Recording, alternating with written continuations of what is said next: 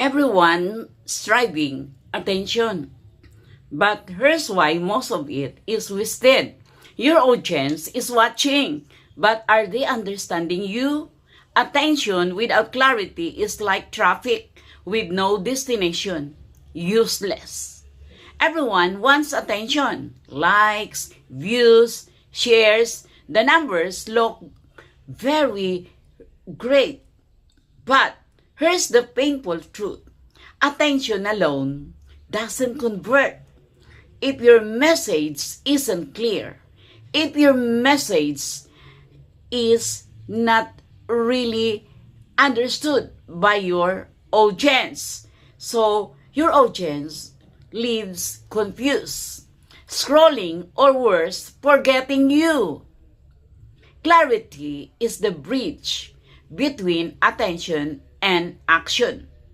You can have a million eyeballs on your content, but if your audience doesn't immediately understand, number one, what are you saying? Number two, why it matters to them? Number three, what they should do next.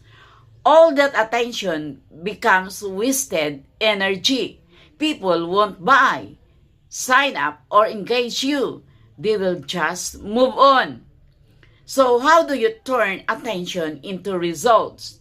Focus on clarity.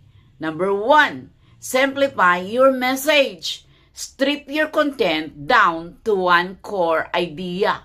Number two, be actionable. Tell people exactly what step to take next. Number three, use structure, hooks, highlights, and clear transitions. Keep attention focused. When your content is clear, attention stops being noise or nuisance. It becomes conversion.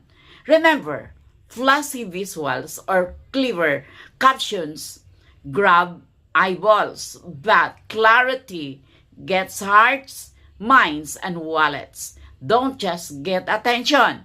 Give people clarity and watch results follow.